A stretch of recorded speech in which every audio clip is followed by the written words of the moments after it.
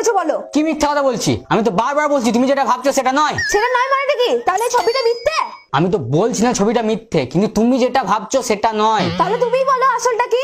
আসল ব্যাপারটা হলো আমাদের সব স্টাফদের একটা প্রোগ্রাম ছিল, সেখানে এই ছবিটা তোলা। তাহলে ওর সাথে শুধু তোমারই কেন ছবি, বাকিরা কই? দেখো ফালতু ফালতু সিন ক্রিয়েট করো না। কি কি ক্রিয়েট? Scene create?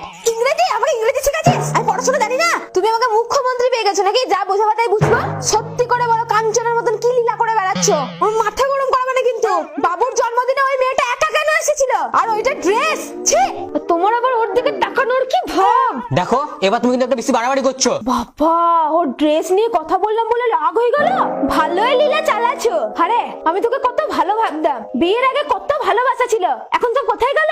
ঝামেলা না করলে পেটের ভাত হজম হয় না বলো? এখন তো এগুলো ঝামেলা মনে হবে। আসল ব্যাপার বেগুন তো এখন শুকিয়ে গেছে, তাই কচি লাউয়ের দিকে নজর পড়ছে। এই